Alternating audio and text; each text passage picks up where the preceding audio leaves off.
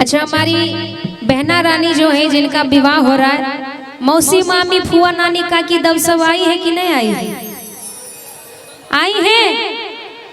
साथ में मौसा मामू सब चाहेंगे कि सभी बारी बारी से मंच पे आएंगे। मौसी मामी फुआ दादी नानी काकी फुआ जितने लोग हैं सारे रिश्तेदार एकदम गठरी उठरी खोल के अब, ठीक है ना? सबको बारी बारी से भेज दीजिएगा, सबसे भेंट और मुलाकात जरूरी है। नेहा जी, हाँ, गेठरी अगर खोल के आएंगे तो फिर काम एक भरा जाएगा।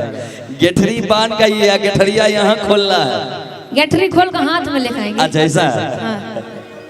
आइए, जब तक हमारे बहना के मौसी मामी फुआ सब आ रही हैं, संभव हो तो साथ में अपने पति देव को भी लेके आए, क्या? बिल्कुल ज्यादा अच्छा लगेगा। आइए, बड़ी सुंदर लाइन। अगमई हर दिया दुभ पातरना, अगमई हर दिया दुभ पातरना, अगमई हर दिया दुभ पातरना, अगमई हर दिया दुभ पातरना।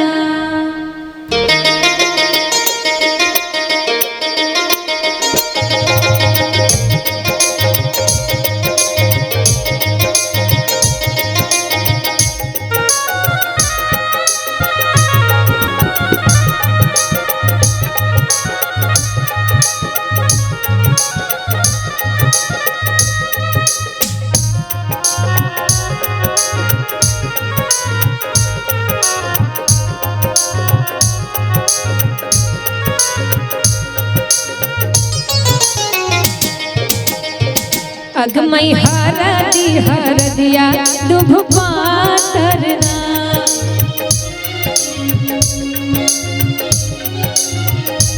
अगमई हर दिया दुभ पातरना, अगमई हर दिया दुभ पातरना, अगमई हर दिया दुभ पातरना, अगमई हर दिया दुभ पातरना, अगमई हर दिया दुभ पातरना, अगमई हर दिया दुभ पातरना।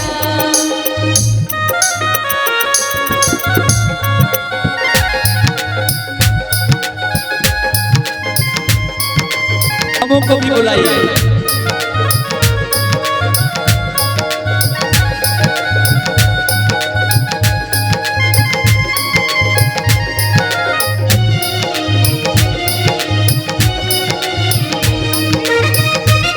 और 300 रुपया लड़की के मामी की तरफ से आया है।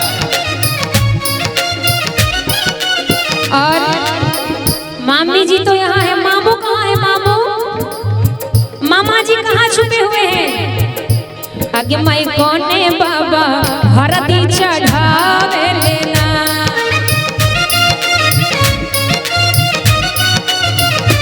आगे माई कोने बाबा हरदी चढ़ावे लेना, आगे माई कोने बाबा हरदी चढ़ावे लेना, आगे माई कोने बाबा हरदी चढ़ावे लेना, आगे माई कोने बाबा हरदी चढ़ावे लेना, आगे माई बाबा से बाबा अपना बाबा ना, आगे माई ओहे बाबा हरदी चढ़ावे लेना।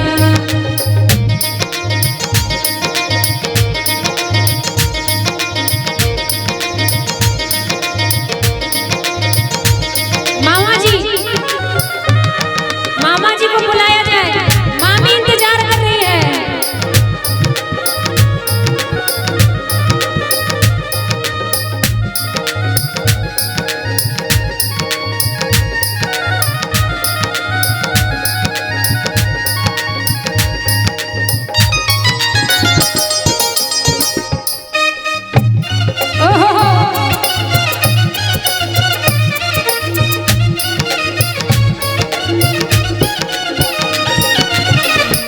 आगे माई कौने मामा हरदी चढ़ावे लेना।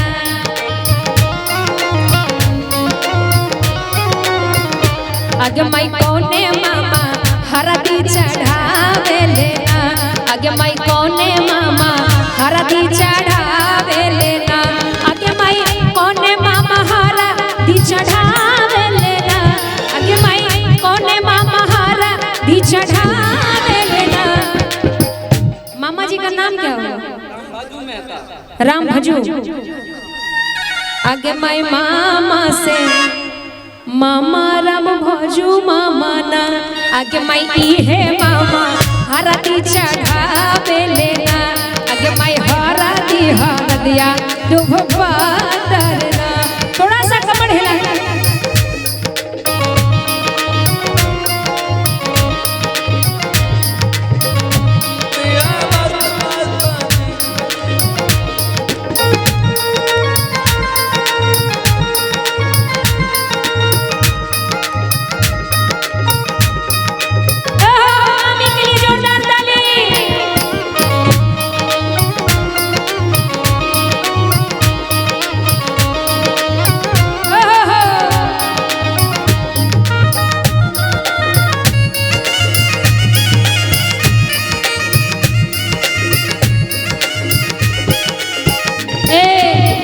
सरवन भैया यहाँ है लेकिन इनकी पत्नी कहाँ है?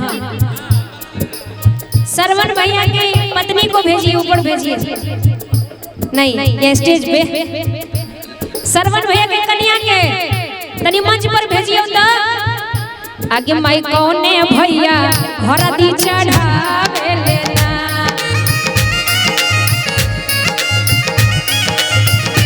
आगे माई कौने भैया हरदी चढ़ावे लेना।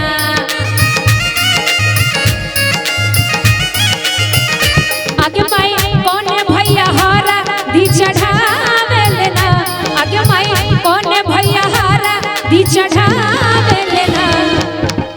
यो भौजी भौजी हमसे देख लो जेने भौजी के नाम ले लिए सीटी मारना स्टार्ट कर दिए। भौजी हमसे हाथ से बोले बतियावे के परी। दिल न दो संग तोहरा लगावे के परी। भाभी को अगर नहीं आ रही है तो गोदी में उठा के लाइए, लेकिन भाभी को मंच पे लेके आइए। आगे माई भैया से भैया सरवाना भैया ना। आगे माई एहे भैया हरदी चढ़ावे लेना। आगे माई हरदी हरदिया दुभ पातरना। कन्या रूसा लेके यहाँ से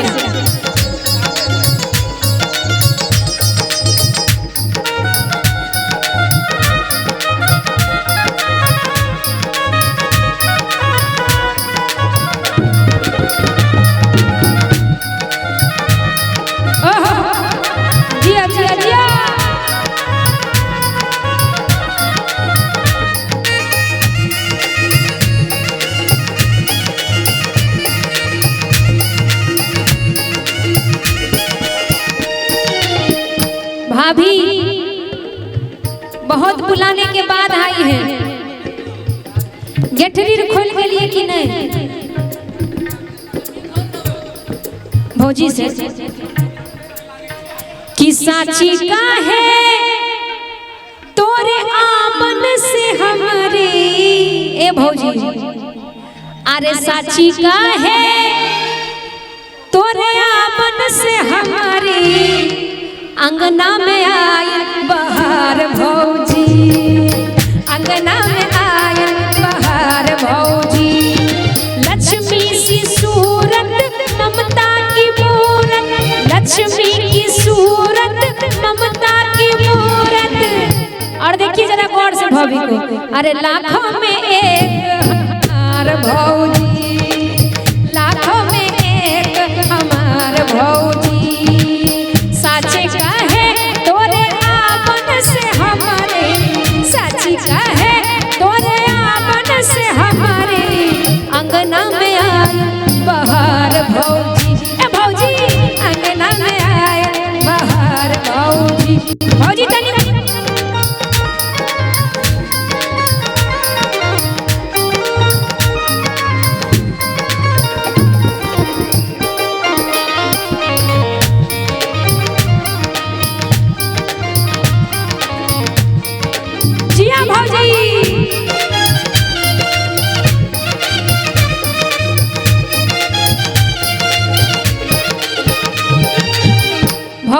तरफ से और मामी के तरफ से 500 रुपए का पुरस्कार। बहुत बहुत धन्यवाद। चाची ने ललन भाई, ललन भाई जी पधारे। ललन जी, ललन भाई कहाँ है? जहाँ गए ढूंढ के लाई। ललन भाई और उनकी पत्नी का तो नाम नहीं जानते हैं हम। ललन भैया और भाभी जी, आप दोनों से भी अनुरोध है कि आप दोनों भी मंच पे। चाची नहीं है, चाची, चाचा जी और चाची जी, आपसे भी अनुरोध है कि मंच पे आए। इसी का नाम में सब इंट्रोडक्शन हो जाएगा, है ना? जब तक हमारे गुप्ता भैया, बल्लू भैया। चाची कितनी है? क्या वो चाची है? एक ही वो चाची आई है।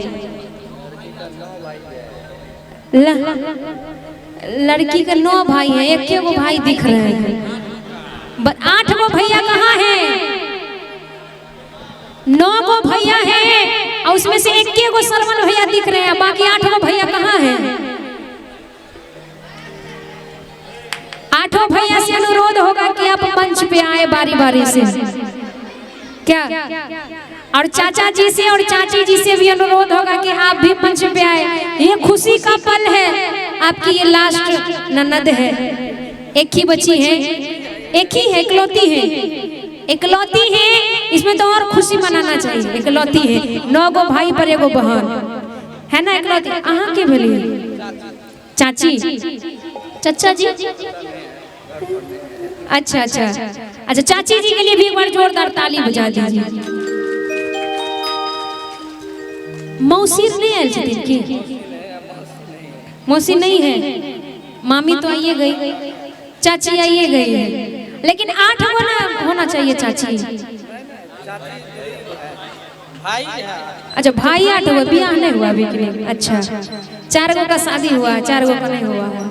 चलिए कोई बात नहीं। चाची जी का बहुत बहुत धन्यवाद। आई गला मिलिए, विदाई।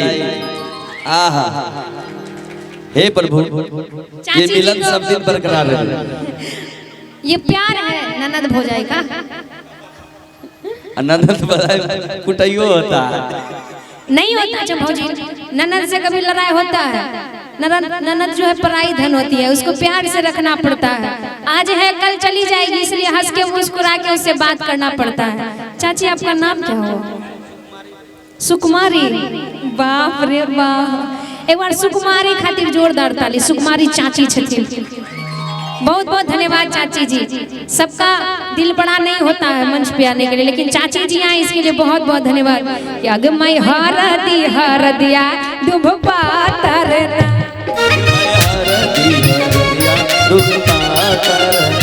अगमई हरदिया दुभ पातर,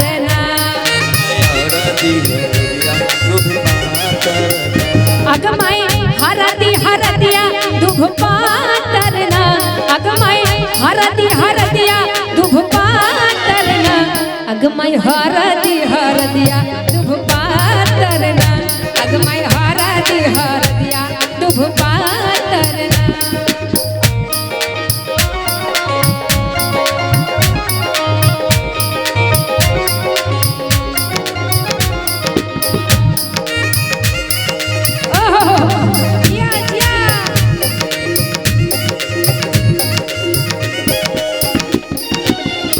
चाचा जी का नाम क्या हुआ?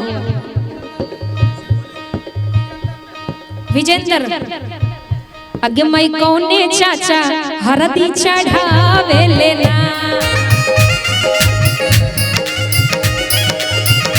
अगे मई कौने चाचा हरदी चढ़ावे लेना, अगे मई कौने चाचा हरदी चढ़ावे लेना, अगे मई कौने चाचा हरदी चढ़ावे लेना, अगे मई चाचा से विजेंद्र, चाचा विजेंद्र चाचा ना, अगे मई ओहे चाचा हरदी चढ़ावे लेना, अगे मई ओहे चाचा हरदी चढ़ावे लेना, अगे मई ओहे चाचा हरदी चढ़ावे लेना, अगे मई ओहे चाचा हरदी चढ़ावे लेना, अगे मई ओहे चाचा हरदी चढ़ावे लेना, अगे मई ओहे चाचा हरदी चढ़ावे लेना। चाची जी की तरफ से भी 500 रुपए का पुरस्कार। एक बार चाची के लिए भी जोरदार ताली बजा दीजिए।